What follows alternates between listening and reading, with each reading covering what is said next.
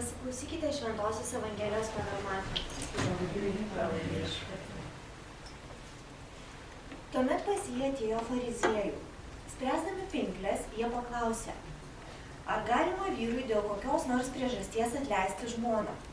Jis atsakė, argi neskaitėte, jog kūrėjas iš pradžių sutvėrė žmones kaip vyrą ir moterį ir pasakė, todėl vyras paliks tėvą ir motiną ir glausis prie žmonos ir du taps vienu kūnu.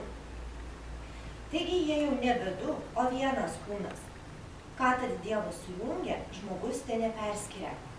Tada jie paklausė, o kodėl Mozė liepė duoti skyrybų raštą, atleidžiant žmoną? Jis atsakė, Mozė leido jums atleisti savo žmonas dėl jūsų širdies kietumo, bet pradžioje taip nebuvo. Taigi aš jums sakau, kas atleidžia žmoną, jei ne dėl ištvirkavimo ir veda kitą, svetimauja. Tuomet mokiniai sakė, jei tokie vyro ir žmonos reikalai, tai neverta vesti. Jėzus atsakė, ne visi išmano tuos žodžius, o tik tie, kuriems duota išmanyti.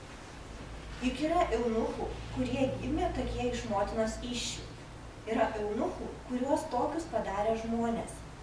Ir yra eunuchų, kurie patys save tokius padarė dėl dangaus karalystės. Kas pajėgia išmanyti, tai išmano. Girdėjote Viešpaties žodį. Šlovė tau, Kristau. Jėzui Kristui. Pasiklausykime, ką sako žodis tarp mūsų. Ne visi išmano tuos žodžius, o tik tie, kuriems duota išmanyti.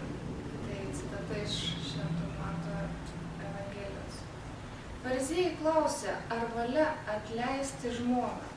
Jėzus jiems primena, kad Dievas nori, jog santuoka būtų ne tik neišardoma, nuolatinė, bet ir perkeičianti. Pasak Jėzaus, santuokos tikslas, kad vyras ir moteris atsisakytų savanaudiškumo ir abu drauge kurtų naują vienybę šeimą. Išgirdę šį pokalbį, Jėzaus mokiniai pasiūlė sąžiningą ir suprantamą išeitį. Jeigu tai taip sunku, galbūt verčiau visai nevesti. Jėzus pažvelgęs į juos liūdnai šyptelėjo. Jis tarsi sako, negi manote, kad kur kas lengviau įsipareigoti nuolat gyventi nevedus. Nieku gyvu. Taip pat nelengva gyventi vienam, liekant atviram santuokai. Tiesa yra tokia. Bet kuris gyvenimo luomas, bet kuris Dievo duotas pašaukimas yra iššūkis. Aplinkybės kinta, mes iš paskutiniųjų stengiamės prisitaikyti, bet vienaip ar kitaip mums nepavyksta gyventi taip, kaip prašo Dievas. Visi mes kartkartėmis apviliame Dievą, savo sutuoktinį ar bendruomenę. Tačiau tai nereiškia, kad pasirinkome ne tą pašaukimą. Tai terodo, kad bent akimirką pamiršome, jog priklausome nuo Dievo malonės. Būti ištikimam santuokoje ar viengungystėje įmanoma tik todėl, kad Dievas yra ištikimas. Jis ištikimai mus veda, ištikimai mus palaiko, ištikimai mums atleidžia. Pasak šios dienos psalmės, jo gailestingumas yra amžinas. Dievas jį įvairiai parodo pačiomis įvairiausiomis aplinkybėmis, bet jis visada lieka ištikimas. Jo beribio gailestingumo mums labiausiai reikia, kad patys būtume ištikimi. Šiandien skirk laiko savo pašaukimui apmąstyti. Padėkok Dievui už tau duotąjį pašaukimą. Padėkok, kad jis yra tau ištikimas, tau mėginant gyventi jo duotuoju pašaukimu. Prašyk, kad parodytų, kaip gali išreikšti savo ištikimybę.